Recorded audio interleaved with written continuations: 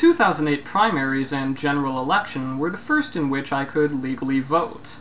They were also the first that I had ever taken a substantial and meaningful interest in.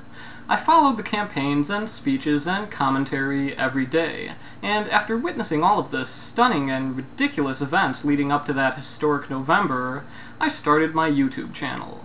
I promised myself that when the next presidential election came around, I would be there to cover every moment of the madness. Let it be known that I was 4 years less experienced and 4 years less intelligent. At this point, I'd rather catch norovirus than endure another 6 months of predictable trivialities, uninformative news, and distracting nonsense. I have no interest in covering the same banal and meaningless stories, or making the same obvious points as everyone else, because that would be a waste of time. But I've now realized that this actually rules out an enormous fraction of events in the political sphere, simply due to the nature of modern politics. Because the presidential election is such a major event, with ramifications for most of the world, it's already being covered from almost every possible angle. Truly unique insights are bound to be rare, and if I can't offer that, then what's the point of even saying anything? But more than that, there's just not that much to talk about. There should be, but there isn't. Instead of taking actual policy positions for us to examine the effectiveness of, candidates keep themselves flexible, refusing to anchor themselves to a specific stance in case they need to change their position in the future. Since they need to appeal to as many voters as possible, they tend to speak in general terms and try to make their ideas seem agreeable to everyone.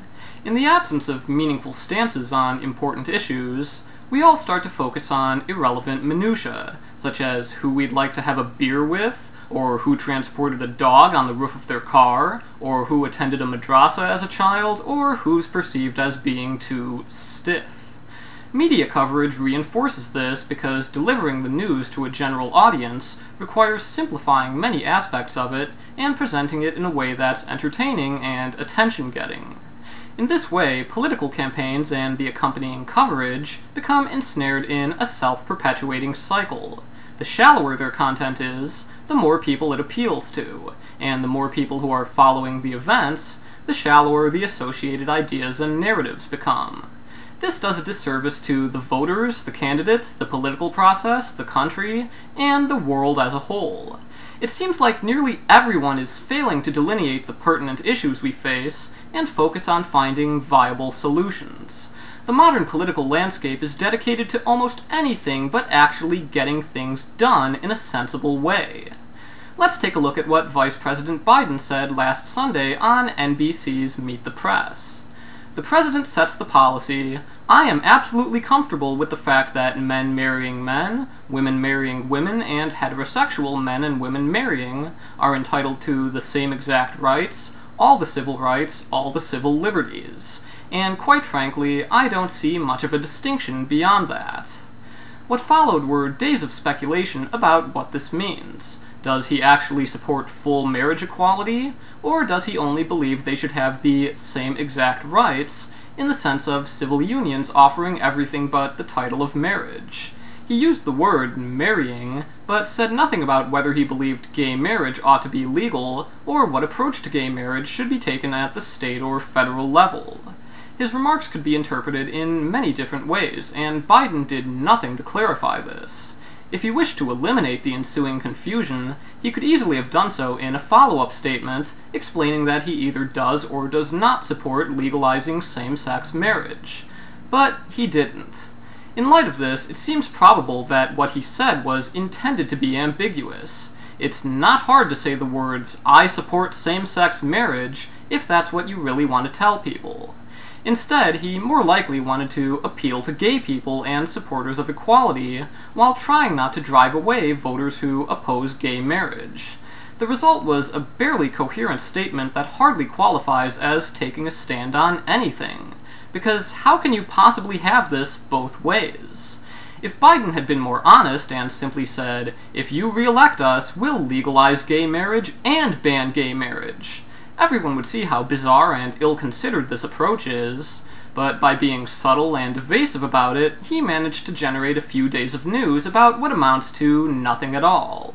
It wasn't until this Wednesday when the president himself actually said, "I think same-sex couples should be able to get married," that we were able to get a clear answer out of the administration.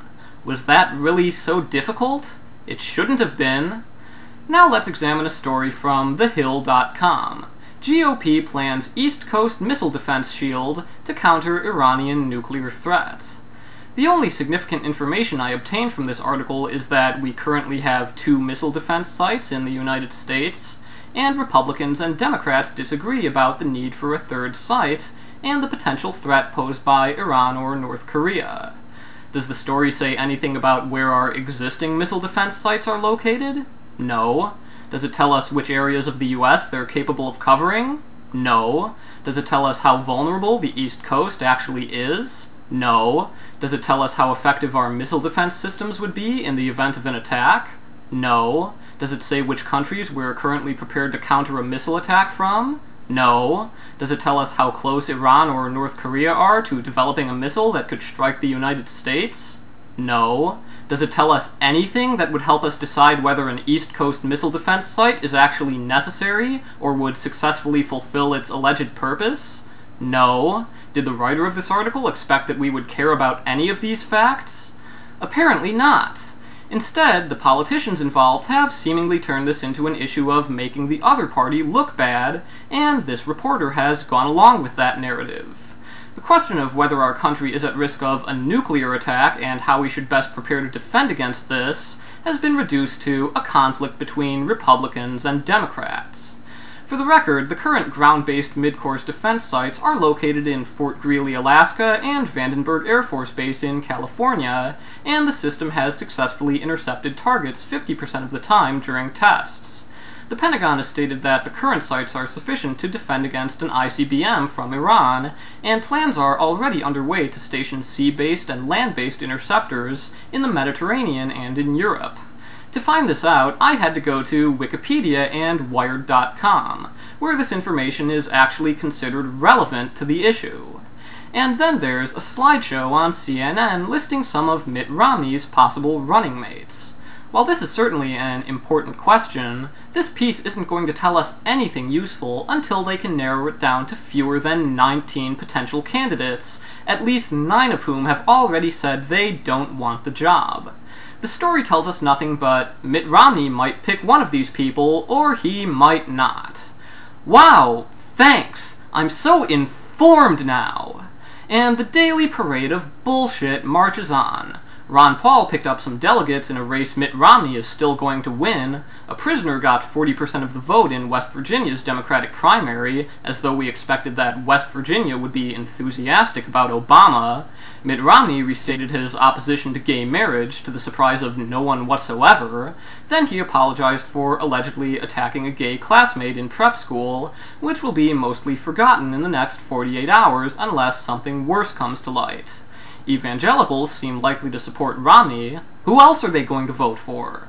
MSNBC provides us with Obama's Voter Confidence Index, a quantity whose current value tells us nothing about what Obama's chances of victory will be 6 months from now. As MSNBC describes it, the VCI is not meant to be predictive of any specific outcome. No, really? Eventually, it just becomes exhausting. Every day you skim through headline after headline of pop news that ought to be inconsequential, but has become consequential by virtue of everyone treating it as such. Let's not forget that this election is one of the most important decision processes in the world. We're going to select the candidates who we think would be best at running our nation and writing its laws, and they're going to be faced with the problems of reducing unemployment, provisioning healthcare when millions of people have no coverage, addressing massive income inequality, and handling conflict around the world. Also, these people are going to be in charge of thousands of nuclear weapons. It does matter how our country is run, yet voters, reporters, and politicians themselves treat this process with all the solemnity of someone who goes to a NASCAR race in the hopes of seeing drivers crash into each other and catch on fire. Can't we do better than this? Instead of keeping their positions amorphous and poorly defined so that they can force us to focus on their likability and never be accused of changing their mind, why don't politicians endorse specific goals and strategies that can be supported by actual evidence? If they turn out to be wrong, there should be no shame in changing their views, and the rest of us shouldn't hold it against them if they've done it for a genuinely good reason. Considering that politicians have made themselves so untrustworthy in the pursuit of re-election, the media have chosen to focus on whatever sensationalized nonsense will draw the most attention, and voters have abdicated their responsibility to take politics seriously, it seems unlikely that we could even do something as basic as working together and putting some actual thought into solving the problems we face. Yet these problems will remain until we address them in a meaningful way. We can either flounder in a morass of self-imposed ignorance forever, or figure out how to make things better. Isn't that what the political process should be about?